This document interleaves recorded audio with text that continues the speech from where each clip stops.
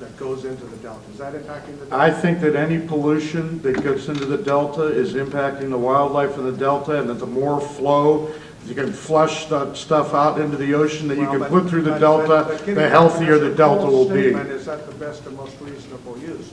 I mean, you didn't talk well, about to me it is. whether or not the upper Sacramento, because I'm a salmon fisherman. whether or not the upper Sacramento River Valley water users should be contributing as well. All Central Valley salmon runs are struggling to regain their historic numbers. Why would reclamation purposely reduce the numbers of available salmon and other streams to plant them into the San Joaquin system and further threaten the current runs?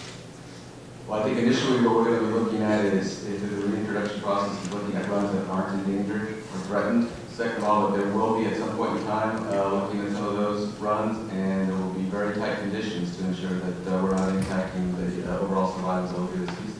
One final question. Who stopped you from fishing? The government, because there weren't enough salmon.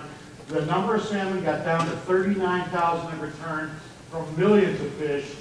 So we were stopped fishing because we don't want to catch the last salmon. Thank you. Mr. Chairman, I want to make sure for the record that it was the government that stopped Mr. Collins from fishing, not the Congress.